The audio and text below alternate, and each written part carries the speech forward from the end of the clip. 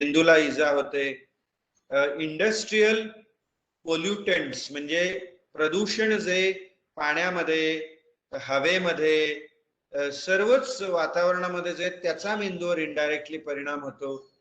त्यानंतर हे जे सगळे इलेक्ट्रोमॅग्नेटिक वेव्स आणि या सगळ्याचाही परिणाम होतो.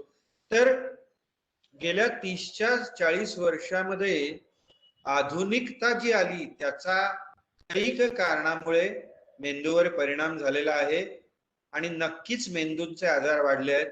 हा, ट्रॉमा म्हणजे मेंदूला होणारी इजा, रोड ट्रॅफिक ऍक्सिडेंट्सचं प्रमाण भयंकर वाढलंय, त्यामुळे हेड इंजुरी वाढलेली आहे. त्यामुळे त्या अनुषंगाने हेड आणि स्पायनल कॉर्ड म्हणजे मज्जारज्जू यांची इजाही खूप जास्त प्रमाणात होते. या अनुषंगाने एपिलेप्सी म्हणजे अपस्मार हाही वाढलेला आहे. तर विविध लेवलवर मेंदूंचे आजार नक्कीच वाढलेले आहेत असं मी म्हणेन. हा या तुम्ही केलेल्या वाक्यावरचा माझा अभिप्राय आहे. ओके, पुढच्या प्रश्नाकडे येते. मेंदूच्या पेशी रिजनरेट होत नाहीत असं म्हणतात, तर एकदा त्या मृत झाल्या की परत होत नाहीत, तर ह्याच्यावर थोडस एलॅबोरेट कराल? बरोबर आहे, खूप महत्वाचा प्रश्न आहे हा. मेंदूच्या पेशी रिजनरेट होत नाहीत, बरोबर आहे. परंतु या विषयावर एक आम्ही मॉडेल्स स्टडी करतो. मॉडेल्स म्हणजे काय, तर क्लासिक एखादा आजार होतो आणि मग तो आजारच आमच्या अध्ययनाचा, अभ्यासाचा बेस बनतो. त्यामध्ये पॅरालिसिस, स्ट्रोक म्हणजे आत्ताच मी 2 मिनिटापूर्वी जसं उदाहरण दिलं तो आजार म्हणजे ब्रेन मध्ये क्लॉट होऊन रक्तप्रवाह कमी पडल्यावर ज्या स्वरूपाचा पॅरालिसिस होतो, हा आजार फार क्लासिक स्टडी करण्याचं आमचं मॉडेल आहे. त्यामधनं आम्ही हे शिकलेलो आहे की एकदा रक्तप्रवाह कमी पडला की मेंदूची से फॉर एक्झाम्पल 4 सेंटीमीटर व्यासाची एक जागा जिथे रक्तप्रवाह बंद पडला तर ते 4 पैकी 4 सेंटीमीटर खराब होत नाही. त्यातला सेंट्रल फक्त अर्धा सेंटीमीटर आहे, तो खराब होतो आणि त्या पेशी कायमस्वरूपी नष्ट होतात. वेराज बाकीचे 3.5 सेंटीमीटर व्यासाचा जो भाग आहे त्या पेशी फक्त अकार्यक्षम होतात. काही तास त्या परिस्थितीमध्ये असतात पण त्या जिवंत असतात आणि योग्य वेळी आपण फास्ट जर उपचार केले तर त्या आपण परत आणू शकतो. दुसरी गोष्ट आहे डिजनरेटिव्ह आजारांची, म्हणजे जसं अल्झायमर आपण क्लासिकली म्हणतो, जिथं वयानुसार किंवा काही कारणानुसार मेंदूच्या पेशी कमजोर होत पुन्हा कार्यक्षम बनतात. ही जी प्रक्रिया आहे ती काही ऑर्गन नाही आहे, म्हणजे 4 दिवसापूर्वी सर्व पेशी काम करत होत्या आणि आज एकदम बंद पडल्या. हळूहळू थोडं थोडं थोडं त्या पेशीचं कार्य कमी होत जातं. तिसरी गोष्ट सायनॅप्स हा एक आहे. 2 पेशी ही इलेक्ट्रिक वायर सारखी आहे, इलेक्ट्रिक स्विच आणि त्याचा वायर. तर त्या 2 वायर पेशी एकमेकांशी जुळलेल्या असतात. तर ती जी जुळण्याची जागा आहे ती काही एकदम कायमस्वरूप एका क्षणी कायमस्वरूपी नष्ट होत नाही, किंवा माझं वय 60 झालं किंवा झालं तर आता पुढच्या, आज माझा वाढदिवस आहे उद्यापासून त्या बंद होतील असं नाही. हळूहळू त्या कमजोर होतात. तर ही जी कमजोर होण्याची प्रक्रिया आहे, अशी ही मी काही उदाहरण दिली, त्यामधनं ही जी कमजोर होण्याची प्रक्रिया आहे ही काही अशी ऑल ऑर नन नाही. त्यामुळे त्या कमजोर व्हायला लागल्यात अशा इंडिकेशन आलं, याची सुरुवात झाली तर आपण त्यावर ऍक्शन घेऊ शकतो. आपण औषधं देऊ शकतो, इंजेक्शन देऊ शकतो.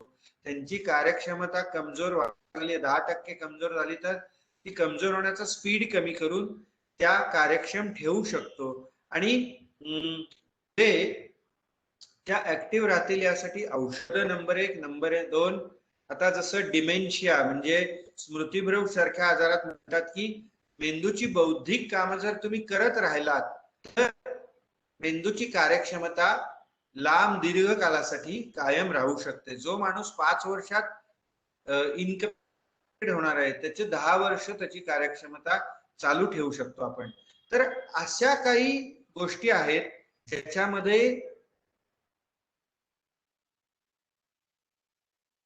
इंटेलिजंट थेरपी असं करून मेंदूची कार्यक्षमता आपण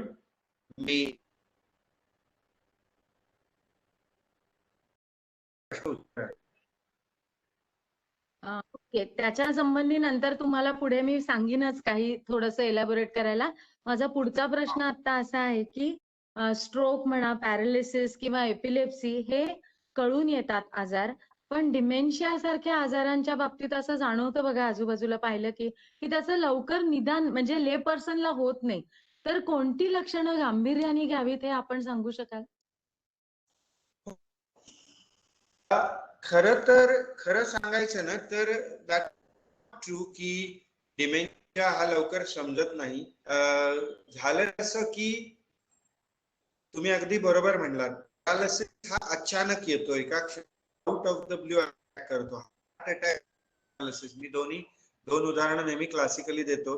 तर ते अचानक आणि मागच्या क्षणी नॉर्मल असलेला इसम पुढच्या क्षणी एकदम अर्धांगवायूंनी पूर्ण अकार्यक्षम बनतो, एकदम तो त्याच्या हालचाली शून्य होतात आणि त्यामुळे ते नातेवाईक समाजाला एक प्रकर्षाने धक्कादायकरित्या समजतं आणि त्यामुळे त्यांच्यावर अटेन्शन खूप दिलं गेलेलं आहे. आणि साहजिक आहे, समाजाला ते जे अचानक घडतं आणि भयंकर दिसतं त्यावर तर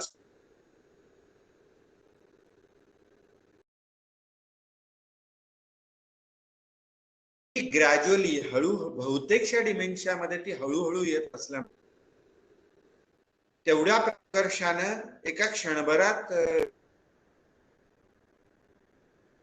नसल्यामुळे तेवढ्या महत्वाची ती वाटत नाही आणि त्यामुळे घेतली गेलेली नाहीये. ग्रॅज्युअली मेमरी नष्ट होते. दैनंदिन जीवन ऍक्टिव्हिटीज, कपडे घालणे, जेवायचं कसं, टॉयलेटिंग नंतर क्लीन कसं करायचं, आंघोळ कशी करायची, अशी साधी कामं सुद्धा तो पेशंट हळूहळू करायचं, त्याची कॅपॅसिटी नष्ट होते. पण ती हळू होत असते, ती तेवढ्या महत्वाची वाटत नाही किंवा घेतली जात नाही आणि त्यामुळे त्या आजाराविषयीचं महत्व तेवढं अजून जगभरामध्ये समाजाला पटलेलं नाही. पण ह्याची जर अवेअरनेस केला तर लोकांना हे लवकर समजेल आणि जेवढं लवकर आपण इंटरव्हीन करू तेवढं आपण त्या स्पीड आहे, बुद्धी आणि एकूण का कमजोर होण्याची गती आहे ती आपण स्लो डाऊन करू शकू औषधाने, हे मात्र नक्की. तर लक्षणं कळत नाही असं नाही, समाजाला अजून चांगल्या पद्धतीने जागरूक घडवून आणली पाहिजे, तर ते होईल. हे माझ्या प्रश्नाचं उत्तर. मी तुम्हाला कशाने म्हणले की अहो वय वाढल्यावर इन जनरल विसरायला व्हायला लागतं ना, तर त्या ह्यानी मी म्हणलं की तुम्ही आता बरोबर छान ठळकपणे सांगितलं की डेली ऍक्टिव्हिटीज मध्ये सुद्धा प्रॉब्लेम यायला लागतो. कारण नाहीतर काय होतं, विस्मृती खूप जणांना म्हणजे शॉर्ट टर्म मेमरी लॉस खूप वेळेला दिसतो. मग त्यावेळेला लोकांना एकदम दुसरंही टोक दिसतं की अरे बापरे मला डिमेन्शिया झाला की काय. सो अशा ह्यानी मी तुम्हाला म्हणलं की कधी कधी ते लक्षात येत नाही की कशाकडे जास्त सिरियसली लक्ष द्यावं, म्हणून तुम्हाला मी एलॅबोरेट करायला सांगितलं. तर तुम्ही ते छान क्लिअर केलं. मी पुढच्या प्रश्नाकडे देखील आणि थोडीशी मेमरी लॉस व्हायला लागली आणि आपल्याला जरी वाटत असेल वयामुळे, तरी एकदा जवळचे तुमचे फॅमिली डॉक्टर त्यांना एकदा कन्सल्ट करा, त्यांच्याकडनं ही खात्री होऊ दे की तुम्ही अगदी बरोबर,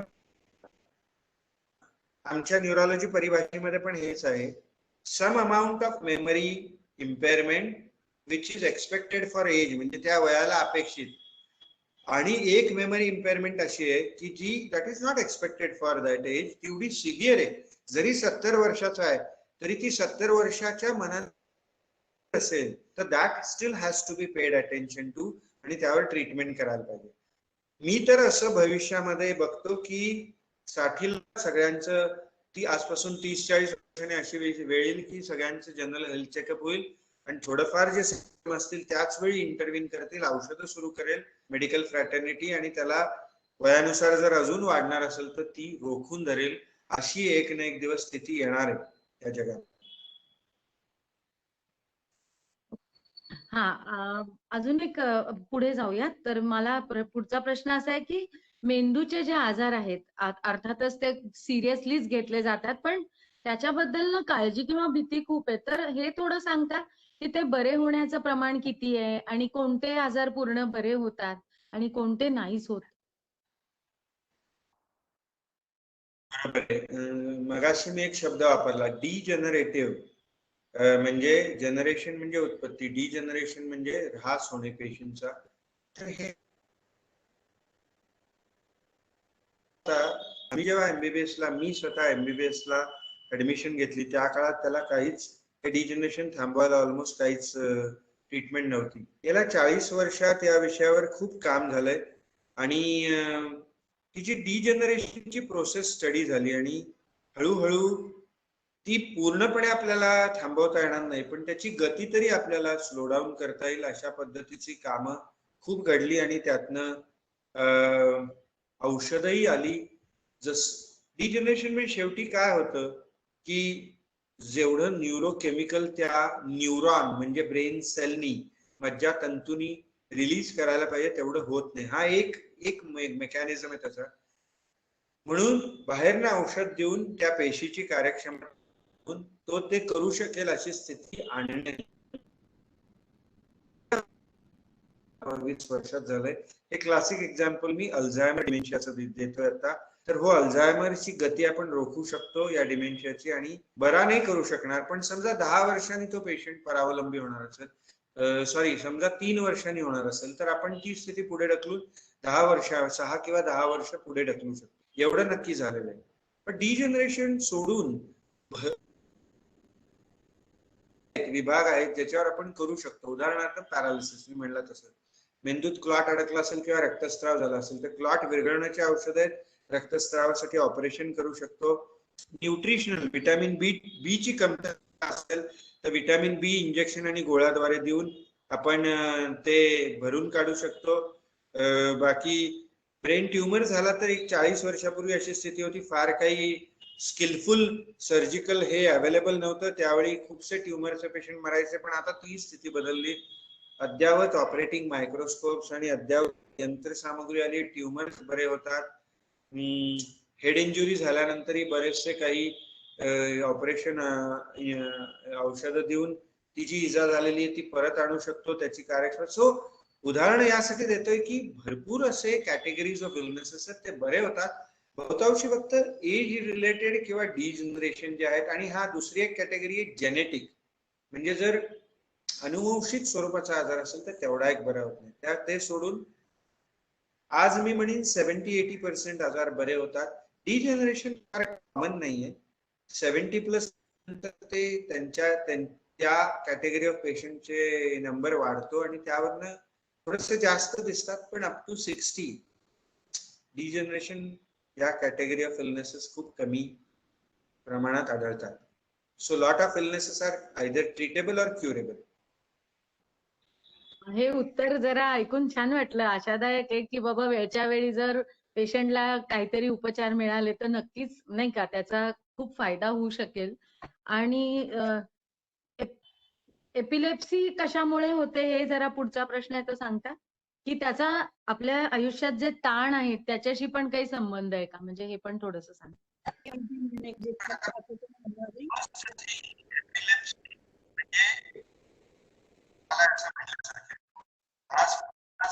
कोरोना पासून आजार होते ते व्हायरस, फ्लू, न्यूमोनिया असे अर्धा डझनावारी त्याची किंवा कोणी सिगरेट स्मोकर असेल अशी काही कारण आहेत. फिट येणे, या फिट येण्यामागे काही कारण असू शकतात. तुम्ही एक जो म्हणला ताण, हे खरं एवढं मोठं कारण नाहीये. मेन कारण हे आहे की एक प्रीडिस्पोजिशन हा आमच्या इथे शब्द आहे. म्हणजे एखादा जो मनुष्य आहे त्याला फिट येण्याची त्याची प्रवृत्ती असते. आयदर ते जेनेटिकली कंट्रोल्ड आहे किंवा त्याच्या ब्रेनची जी जडणघडण आहे आईच्या पोटात असतानाच त्याची जी वाढ आहे ती चुकली असेल. त्या व्यतिरिक्त मेंदूत गाठ होणे, मेंदूत रक्तस्राव होणे, ट्युमर होणे, मेंदूला मार लागणे किंवा ड्रिंक्स घेणे किंवा काही असे टॉक्सिन एक्सपोजर्स, या सगळ्यामुळे फिट्स येतात. साधं सोडियम जरी शरीरातलं कमी झालं किंवा तुम्ही लहान बेबीज मध्ये बघता साधा जोरात ताप आला तरी त्यामुळे फिट्स येतात. तर ही अशी विविध डझनोवारी कारण आहेत ज्यामुळे फिट्स येतात, म्हणजे एपिलेप्सी होते. So epilepsy just not one, does not have just one single reason. There are multiple reasons behind patients suffer epilepsy or fits. तर त्यातलं कुठलं आहे हे कारण आहे, हे तपासण्या करून, जसं टीबी मेंदूत जाणे हे पण एक कारण. त्यामुळे कुठलं कारण आहे शोधून काढायचं, ते ट्रीट करायचं आणि मग फिट्स येऊ नयेसाठी औषधं पण द्यायची. अशा 2 विभागामध्ये आजाराचं ट्रीटमेंट करतात. डॉक्टर, याच्यात स्टॅटिस्टिकली एज रिलेटेड काही हे दिसतं का हो, की कुठल्या वयात एपिलेप्सी जास्त दिसते?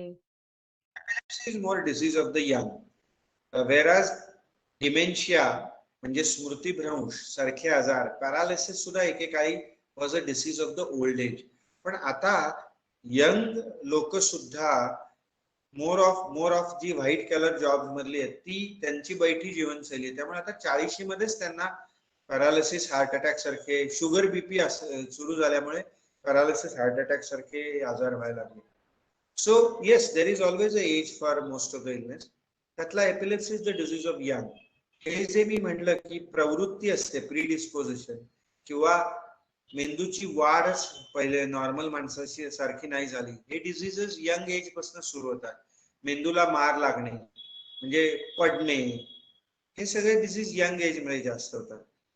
किंवा इन्फेक्शन्स ही पण यंग एज मध्ये होतात, कारण यंग लोक ही ऍक्टिव्ह आहेत, ती समाजाला जास्त एक्सपोज होतात आणि हे हेड इंजुरी, इन्फेक्शन ते लागण व्हायची प्रॉबिलिटी त्यांना जास्त असते. Sir, so most of the illnesses are more common in one particular age. पण असं नाही की ते दुसऱ्या एजच्या लोकांना होत नाही, सगळ्या एज मध्ये होतात, पण they are more common in. Okay. अजून एक विचारायचं होतं, मगाच्या प्रश्नाचं थोडंसं पुढचं एक्सटेन्शन विचारते, की तुम्ही म्हणालात की वैद्यकीय मदत वेळेत मिळाली तर बऱ्यापैकी रोगांवरती काहीतरी चांगले उपचार होतात. पण पूर्णपणे, म्हणजे आता उदाहरणार्थ पॅरालिसिस जर घेतला तर नंतर समजा ट्रीटमेंट संपल्यानंतर सुद्धा तो माणूस आपल्यासारखा अगदी नॉर्मल होतो तर त्याचे थोडे तरी हे दिसतात हो त्यांच्यावर परिणाम? दिस इज द बेस्ट क्वेश्चन. मला वाटतं हा विचारायलाच पाहिजे. विचारत का नाहीत लोक हे अजून मला पडलेलं थोडं आहे. सो सगळ्यात महत्वाचं म्हणजे किती लवकर. ह्यात पॅरालिसिसचे 2 प्रकार आहेत. मेंदूमध्ये रक्ताची गुठळी अडकल्यामुळे जो क्लॉट होतो तो, आणि मेंदूत रक्तस्राव. रक्तस्रावामध्ये बाय फार ऑपरेशन जेवढ्या लवकरात लवकर करू तेवढी डिसेबिलिटी, तेवढा पेशंटचा जीव वाचवण्याचा चान्स जास्त आणि डिसेबिलिटी कमी होते. आता राहिला जो क्लॉटचा, क्लॉट मध्ये सुद्धा टाइम इज ब्रेन. म्हणजे एवढं लवकरात लवकर पेशंटचा क्लॉट इंजेक्शननी म्हणा किंवा एक कॅथेटर आता उपलब्ध झालाय त्याने तो आपण काढतो आणि मेंदूला, शेवटी कुठलाही टिश्यू तुम्ही घ्या आणि मेंदूचा टिश्यू हा सगळ्यात डेलिकेट आहे. So there is what we call, एक आमच्या याच्यामध्ये मेडिसिन मध्ये terminology, tissue viability time. Viable म्हणजे किती वेळ तो जिवंत राहतो. तर साधारण मेंदूचा आहे 4 ते 6 तास मॅक्झिमम आहे. त्या पुढे देखील आपण ते करू शकतो, इंजेक्शन आणि हे क्लॉट रिमूव्हल, पण सक्सेसचा रेट कमी आहे. पहिल्या 2 तासात तुम्ही केला तर success rate is very high. Statistically बघितलं तर 30 to 40% पेशंट्स आज आपल्या देशामध्ये किंबहुना जगामध्येच सर्व पेशंट्स वेळेत आणले जात नाहीत. आपला देश त्याला काय त्याच्यापेक्षा त्याच स्लो गतीने आहे. सो 30 to 40% पेशंट हे अतिशय मिनिमम डिसेबिलिटी घेऊन बाहेर येतात. ते परत आपला जॉब देखील चालू करतात. अनादर 30 to 40% हे ऍक्टिव्ह होतात पण थोडे डिसेबल्ड राहतात आणि लास्ट 20% पेशंटचे कायमस्वरूपी डिसेबल्ड राहतात. अजूनही आपण या स्टेजमध्ये आहे. ओके. पण मग असं म्हणता येईल नाही का, की आपण शहरांमध्ये राहतो तर कदाचित आपण, म्हणजे आमच्यासारखी लोक जास्त भाग्यवान आहेत, कारण डॉक्टरकडे पोहोचणं आणि अद्ययावत सगळे उपचार मिळणं, नाही का. खेडेगावात आपल्या देशामध्ये खूप फरक आहे. त्यामुळे या बाबतीत असं म्हणता येईल ना, की शहरामध्ये हे जास्त कदाचित याचं प्रोग्नोसिस बरं ठरत असेल, है ना? ऍब्सोल्युटली. फर्स्ट ऑफ ऑल हे केवळ आपल्या देशाशी निगडीत नाहीये. आज तुम्ही हा. पाश्चिमात्य देशात जरी केला तरी विलेजेस मध्ये मेडिकल केअर फक्त तिथे एक आहे की ऍम्ब्युलन्स सेवा, जनरल अवेअरनेस हा अतिशय उत्तम आहे. ॲम्ब्युलन्स सेवा युजली गव्हर्नमेंट किंवा अशा स्ट्रॉंग ऑर्गनायझेशन्सनी त्यामुळे ॲम्ब्युलन्स इमिडिएटली पोहोचून जवळच्या शहरातल्या हॉस्पिटलमध्ये आणते. पण इव्हन तिथे देखील जर बघायला गेलं तर विलेज मध्ये हॉस्पिटल्स तेवढी अद्यावत जशी पाहिजे, म्हणजे सिटी हॉस्पिटल्स आणि विलेज हॉस्पिटल मध्ये तिथेही फरक आहे, आपल्या इथे सेम फरक आहे. तर जिथे ह्या सगळ्या क्लॉट डिझॉल्व्ह होण्याची इंजेक्शन, क्लॉट काढण्यासाठी जी प्रक्रिया लागते, ऑपरेशन थिएटर्स वगैरे, हे सगळं असलेली हॉस्पिटल्स मेजर टाउन्स मध्येच आहे.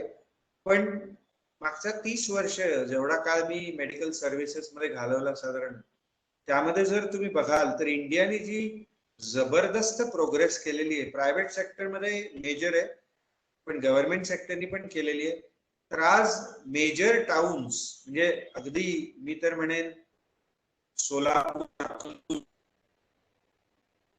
औरंगाबाद सारख्या सुद्धा टाउन्स मध्ये आता अत्यावत सर्व्हिसेस आहेत, सिटी स्कॅन, MRI सगळं आहे.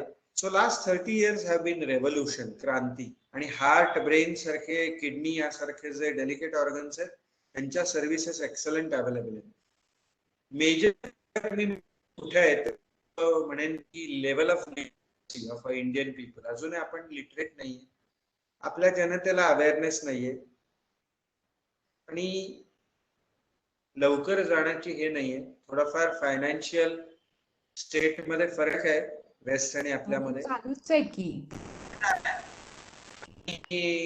पैशाची गरज नाही, आपल्याकडे मेडिकल सर्व्हिसेस इंग्लंड अमेरिकेपेक्षा 1/10 कॉस्ट मध्ये मिळतात, एवढं लक्षात ठेवा. पण अवेअरनेस कमी. Main poor problem is awareness, literacy. खरंय, याबद्दल मला असं वाटतं खूप काम केलं तर जास्त आमच्यासारख्या लोकांनी जे सोशल वर्कच्या फील्डमध्ये त्यांनी, तुम्ही छान आम्हाला एक हे दिली दिशा की खरं आम्ही काम करायला पाहिजे याच्या बाबतीत, याचा अर्थ. मी आता डॉक्टर पुढच्या प्रश्नाकडे येते की तुमच्या बोलण्यातनं मगाशी असं आलं की जितकं आपण मेंदूला कार्यरत ठेवू तितकं कदाचित आपण आपला जो काही म्हणजे डिमेन्शिया म्हणा, अल्झायमर सारखा आजार आपण थोडासा पुढे हे करून काळ जास्त मिळू शकतो असं तुम्ही म्हणलात. तर ह्याच्याबद्दल थोडंसं मार्गदर्शन कराल की मेंदूचं स्वास्थ्य कसं टिकवायचं किंवा मेंदू कार्यरत राहावा यासाठी काही थोड्याशा गाईडलाईन्स देऊ शकाल?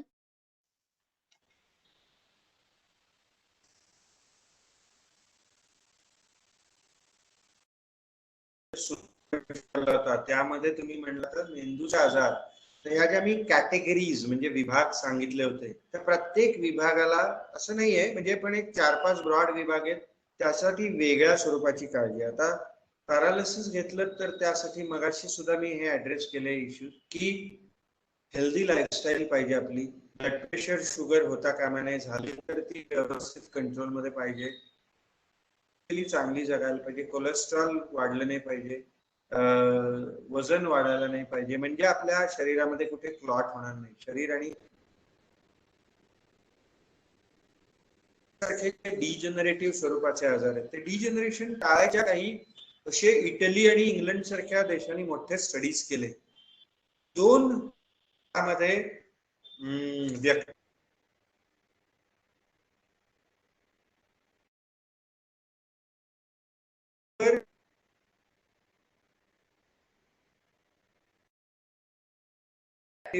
आणि नाही त्यांना आलं की जास्त ब्रेन वापरला तर झिजेल नाही, बिलकुल नाही. सो इंटेलेक्च्युअल ऍक्टिव्हिटी कंटिन्युअस करत राहा, कुठली का असे ना. तुमचं प्रोफेशन, तुम्ही रिटायर झालात समजा इंजिनियर म्हणून, तरी एक तुम्ही फ्री ऍडवाइस आहे, काय करायचं ते करा, पण ती इंटेलेक्च्युअल ऍक्टिव्हिटी चालू ठेवा. ती सोडून दुसरी करा, काहीही करा. अगदी लिटरली गोष्टीची पुस्तकं वाचून आपल्या मुला नातवंडांना ती गोष्टी सांगणे असेल, किंवा भगवद्गीता वाचणार असाल, किंवा रोज तात्विक चर्चेमध्ये फिलॉसॉफिकल तुम्ही सहभाग घेणार असाल, किंवा रोजच्या ज्या पॉलिटिकल न्यूज आहे त्यावर तुमच्या ज्येष्ठ नागरिक संघामध्ये चर्चा करा, काही करा, पण इंटेलेक्च्युअल ऍक्टिव्हिटी तुमची चालू ठेवा, चालू राहू द्या, आणि रोज काही ना काही करा ती. आज दुर्दैवाने असं आहे, सगळं मेकॅनाइज झालंय. मला आठवतं लिटरली आम्हाला कॅल्क्युलेटर सुद्धा अलाउड नव्हता, आणि सगळे आम्ही अल्जेब्राचे आम्ही स्वतः एक रफ, आम्हाला परीक्षेमध्ये एक रफ शीट दिली जायची. आज मी माझ्या मुलांना बघतो कॅल्क्युलेटरवर करतात सगळं. So we should mentally keep ourselves active, and the more active we are, the more chance that we will not develop degeneration, memory loss सारखे आजार. आहार त्या तर फार महत्वाचा आहे. विटामिन्स, मिनरल्स हे मिळतात, त्यांनी ब्रेन फ्रेश राहतो. पण आज आहार हा फार म्हणजे दुर्लक्षिलेला पार्ट आहे.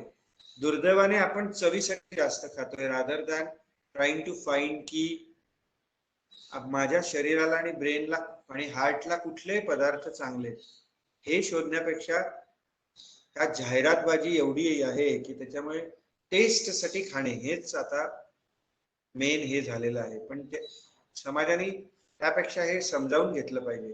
डायटिशियन्स are available to tell us, नाही का, पण आपण कोण जातोय. Diet is a fashion, not a regular thing.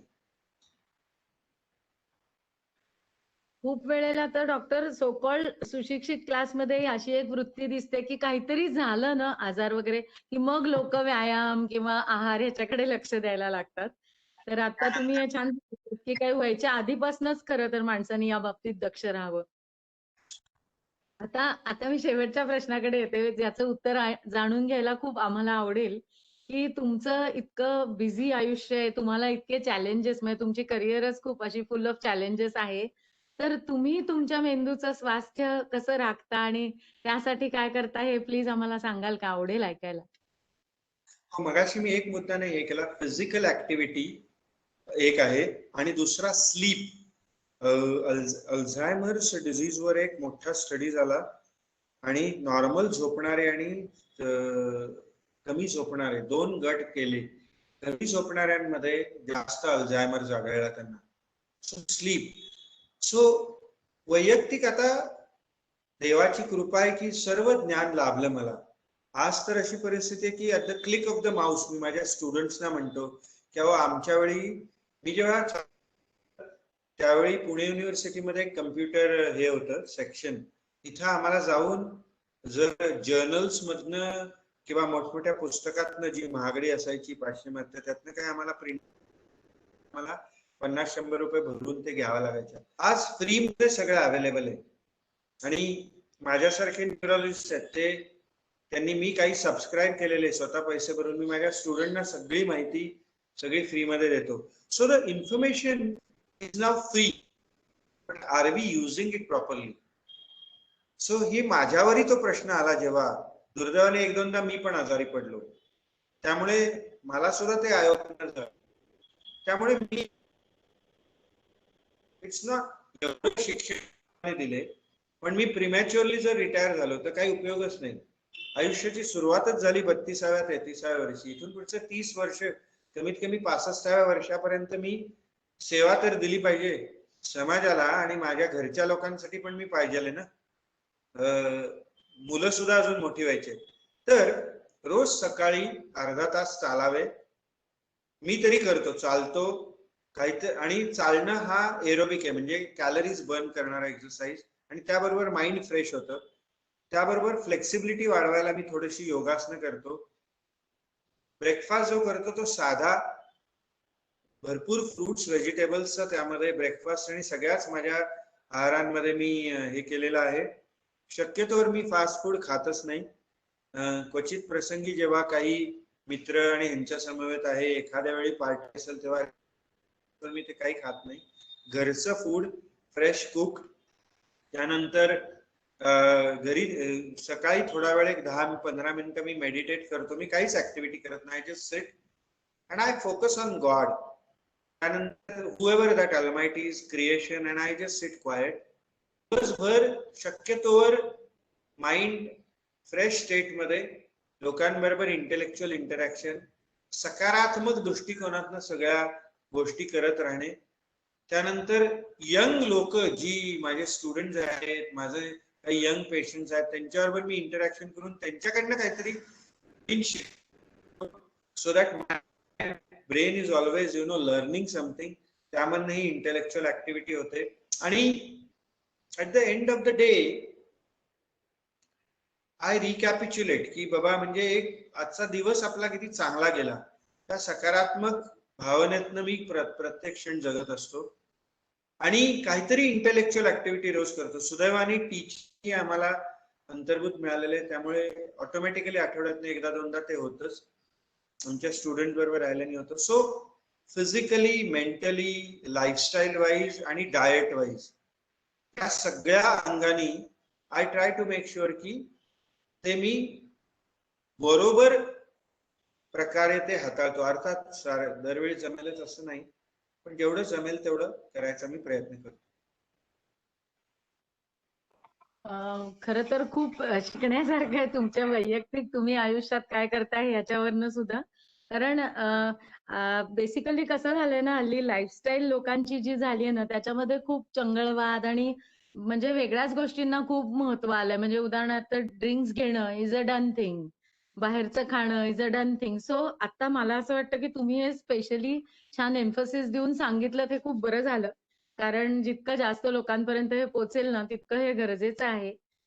Doctor, तुम्ही फार म्हणजे कमी वेळात पण फार छान आणि खूप स्पष्ट होईल अशी आम्हाला माहिती दिलीत. तर मी आता आपले सगळे जे ऐकतायत त्यांना एक हे करते की त्यांना जर तुम्हाला काही प्रश्न विचारायचे असले तर लोक, तुम्ही तुमचा तुमचा माईक अनम्यूट करा आणि डॉक्टरना जरूर विचारा, ते तुम्हाला मार्गदर्शन करतील. मी एकच वाक्य बोलू इच्छितो. सुरुवातीला थोडा 10 मिनिट उशीर झाला, सॉरी. मी आता काल मी हा टेस्ट केला होता, घरामध्ये होतो, पण आज जरा क्लिनिक मध्ये जरा पीसी वेगळा असल्यामुळे थोडा त्यांनी हिकअप दिले, पण eventually we got to start.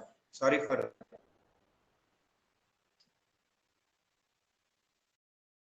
त्यामुळे ज्याला कुणाला काही विचारायचं त्यांनी विचारावं. हा डॉक्टर, सॉरी प्लीज म्हणू नका. सध्या ही जरा तांत्रिक अडचणी has become a way of हे आपल्या ज्या मीटिंग्स आहेत त्याच्यात. इट्स ऍब्सोल्युटली ओके, तुम्ही सॉरी प्लीज म्हणू नका. काहीच प्रॉब्लेम नाही. पण लोकांना ज्यांना कुणाला काही शंका आहेत विचाराव्या त्यांनी, कारण न्यूरोलॉजी हा विषय फार व्हास्ट आहे आणि लोकांनी समजून घ्यावं हीच आमची इच्छा असते. जेवढं समजाल तेवढं तुम्ही तुमची आचार विचार चांगले होतील. That is the key. एखाद्या व्यक्तीला स्ट्रोकने आजारी असेल तर ती व्यक्ती आहारातून रिकवर होऊ शकेल का? तिला काही अजून एक्सरसाइज वगैरे करून त्याच्यातनं ती रिकवर होऊ शकते जास्त? मला विचारायचं आहारातून आणि ह्याच्यातनं पण एक्सरसाइज काही वेगळे आहेत का त्याच्यासाठी? एक्सरसाइज आता ना ब्रॉडली मेडिकल ट्रीटमेंट ही 3 भागामध्ये डिवायडेड आहे. इंडिया तसं एका दृष्टीने ॲलोपॅथी म्हणजे वेस्ट पाश्चिमात्यांची जी आम्ही प्रॅक्टिस करतोय ती, त्यामध्ये आहार हा अनलेस आजाराचं प्रायमरी कॉजच न्यूट्रिशनल असेल, जसं विटॅमिन डेफिशियन्सी झाली तर मग आहार बिकम्स थेरपी. पण अदरवाईज आहार इज अ प्रिव्हेंटिव्ह थिंग. म्हणजे तुम्ही काही कोलेस्ट्रॉल किंवा ज्याच्यामध्ये शुगर जास्त आहे असे जे पदार्थ टाळा, ज्यामुळे तुम्हाला स्ट्रोक किंवा हार्ट अटॅक होणार नाही. So there diet is prevention. पण जी दुसरी पद्धत आहे जिचा उगम झालाय, आयुर्वेद, त्याच्यामध्ये काही काही ते डाएट आणि त्यांच्या डाएट मधनं काही घटक असे देतात की ज्याच्यामधनं दॅट इटसेल्फ बिकम्स थेरपी. तर तेही आहे आणि that also can be practised. पण पॅरालिसिस सारख्या आजारामध्ये आयुर्वेदाकडे फार काही नाही. इमर्जन्सी मध्ये ॲलोपॅथिक ट्रीटमेंट तो क्लॉट विरघळवण्यासाठी किंवा तो क्लॉट शरीरातनं बाहेर काढण्यासाठी मेंदूमधून. मात्र जेव्हा आम्ही ज्याला क्रॉनिक केअर म्हणतो, म्हणजे रिहॅबिलिटेशन, फिजिओथेरपी वगैरे वगैरे जेव्हा नंतर चालू होते, त्यामध्ये ॲलोपॅथी बरोबर बाकीच्या ज्या ट्रीटमेंट पद्धती आहेत त्याच्यामध्ये आहार आणि मसाला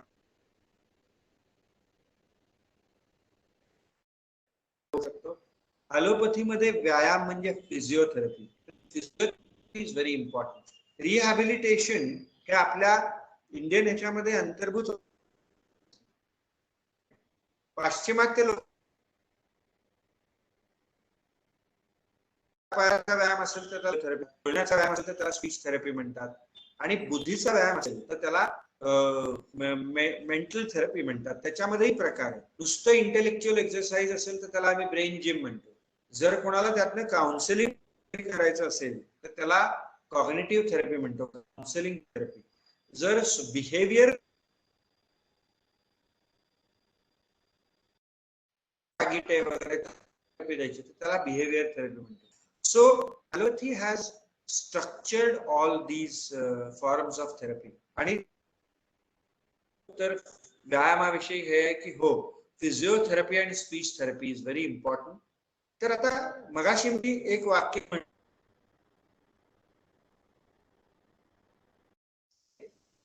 पण कमजोर झालेला, त्यांना आता परत बॅक टू स्क्वेअर आणायचं. असं समजा की ते त्यांची कार्यक्षमता आहे का दीड आपण चालायला देखील शिकवतो, बोलायला शिकवतो, हातपाय कसे वापरायला, पेन वापरायला, आणि मग 1.5 वर्षापासून 6-7 वर्षापर्यंत 8 वर्षाचा होईपर्यंत मग ते स्किल्स त्याच्यामध्ये डेव्हलप होतात. असं इमॅजिन करा की तो ब्रेन पॅरालिसिस झालाय, तो एकदम मागे गेलाय आणि त्याला आपल्याला परत आणायचं, तर त्याला फिजिओथेरपी द्यावी लागते. हे सगळे शिकवतात. Thank you sir, thank you. करायला पाहिजे. Okay, thank you sir.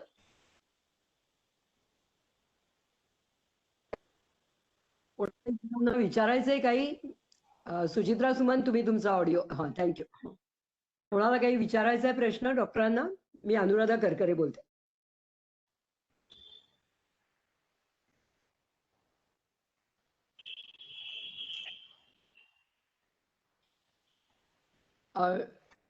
डॉक्टर, सध्या म्हणजे आम्ही माइंड जिम चालू केलं, त्याला आता 3 वर्ष होतील.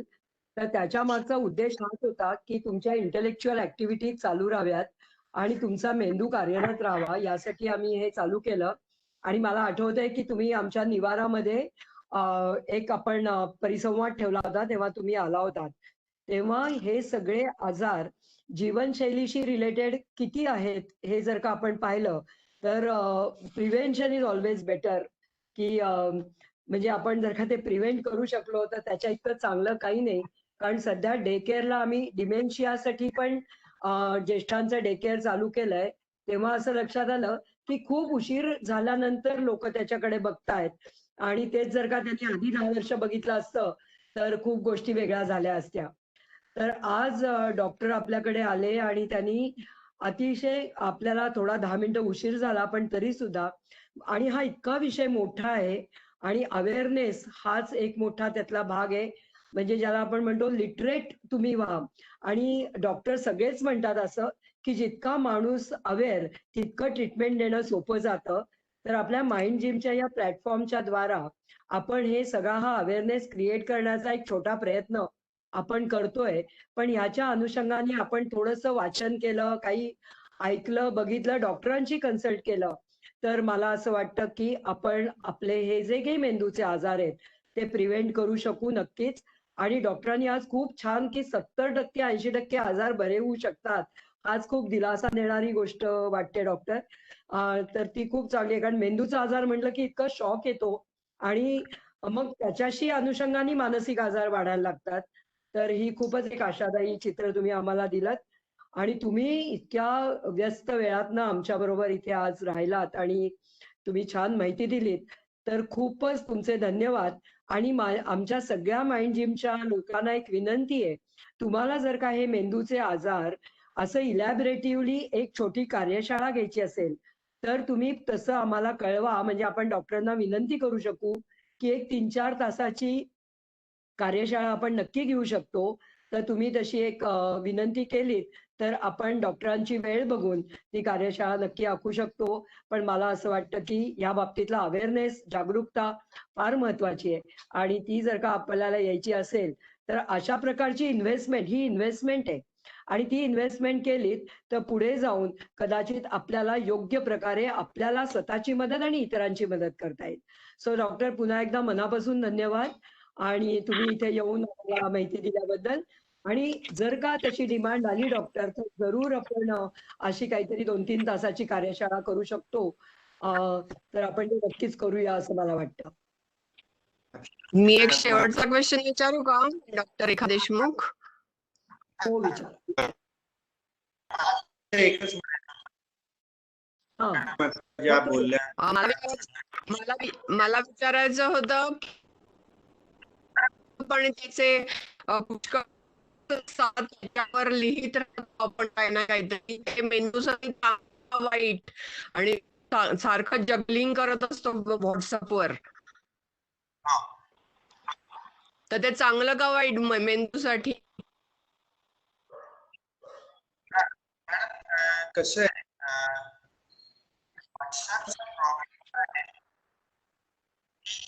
कॉन्स्टंटली एक महत्वाचा मुद्दा जो मी थोडा पासिंग म्हणजे थोडक्यातच बोललो, एखादंच वाक्य बोललो तर सुरुवातीला खूप विचार करून काय आपण लिहितो किंवा वाचतो त्यातनं. पण आता स्टेज अशी आलेली आहे की लोक नुसते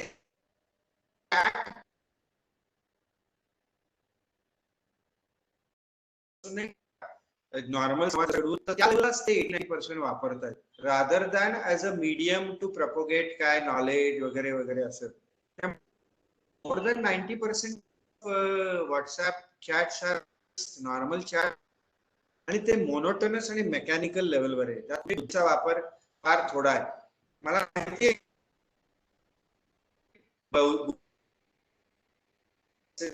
पण ते सुद्धा फार गंभीरतेने खोलवर जाऊन वाचून त्यावर मंथन केल्यावर असं काही आता आजकाल झालेलं नाही. त्यामुळे ही जी मोनोटोनस आणि नुसती एक अशी ज्याला काय म्हणू आपण डे टू डे लेवलवरच्या ऍक्टिव्हिटीच्या लेवलला ते आलेले आहे आता व्हॉट्सअप. त्याचा काही उपयोग नाही. मात्र थोडी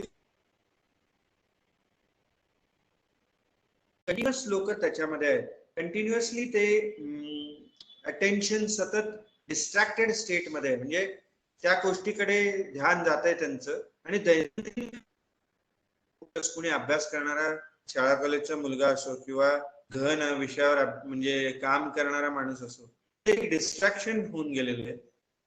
त्यामुळे न्यूरोलॉजिस्ट सारख्या माणसाला असं वाटतं की भविष्यामध्ये यामुळे प्रॉब्लेम्स फिजिकल पाहिलं मी हा एक विषय होणार आहे की मुलं स्पेशली एकत्र येऊन गप्पा मारणे, कॉलेज कन्स्ट्रक्टिव्ह ऍक्टिव्हिटी करणे, खेळणे हे सगळं कमी होऊन लोक व्हॉट्सअपवर येणार. या सगळ्या विविध डिसएडव्हान्टेजेस मला जास्त दिसतात.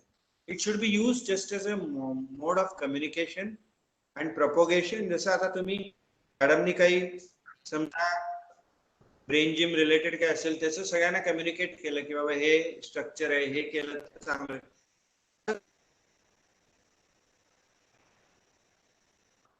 It's become a mode of just general chat and that is wrong. That is going to give its own problems. Okay धन्यवाद डॉक्टर. पण आपण जरूर पुढे परत एकदा भेटूया आणि कार्यशाळा करायची वेळ आली तर आम्ही तुम्हाला वेल इन ऍडव्हान्स सांगू. त्यामुळे तुमच्या त्या व्यस्त शेड्यूलमधनं तुम्ही द्याल त्यावेळी आपण ती करूया. पण मला ती खूप जरुरी वाटते. परत एकदा मनापासून धन्यवाद आणि भेटूया आपण परत. मला एकच सांगायचं सगळ्यांना की अजून हे बंद करायचं का? जरा आपापल्या ऑडिओ बंद करा. तर ही अजून ना तितक्या व्यवस्थितपणे इव्हन पाश्चिमात्य देशातही राबवली जात नाहीये. एस्पेशली जे रिटायर्ड लोक आहेत आणि आता तर मला वाटायला लागलंय की इव्हन जे शाळेतली मुलं आहेत त्यांच्यासाठी सुद्धा हे पाहिजे एका लेवलला असे प्लॅटफॉर्म त्याच्यामधनं त्यांना इंटेलेक्च्युअल ऍक्टिव्हिटी एक तासभर म्हणजे होईल. आणि अशा स्वरूपाचं जे फोरम्स आहेत हे जास्तीत जास्त व्हायला पाहिजे. वयस्कर लोक पाहिजे आहेत आणि हे जर जास्त प्रोपोगेट झाले तर त्यामधनं अल्झायमर सारखे जे आजार आहेत ते व्हायचं प्रमाण कमी होईल जे की आता वाढत चाललंय. This is how I look at this medium. आणि अजून लोकांनी ह्यामध्ये सायकोलॉजिस्ट आणि नर्सिंग क्षेत्रात मध्ये इंटरेस्ट घेऊन अजून असे प्लॅटफॉर्म्स तयार करायला पाहिजेत असं आम्हाला वाटतं. आम्ही तर ॲज न्यूरोलॉजिस्ट यामध्ये डायरेक्टली इन्व्हॉल्ड आहोतच आणि जर ते केले तर त्याचा समाजाला फायदा होईल असं मला तरी वाटतं. येस येस नक्कीच डॉक्टर. सो धन्यवाद. भेटूया. ऍब्सोल्युटली. बघूया आपण आता इथे. थँक्यू. संधी. Thank you very much madam.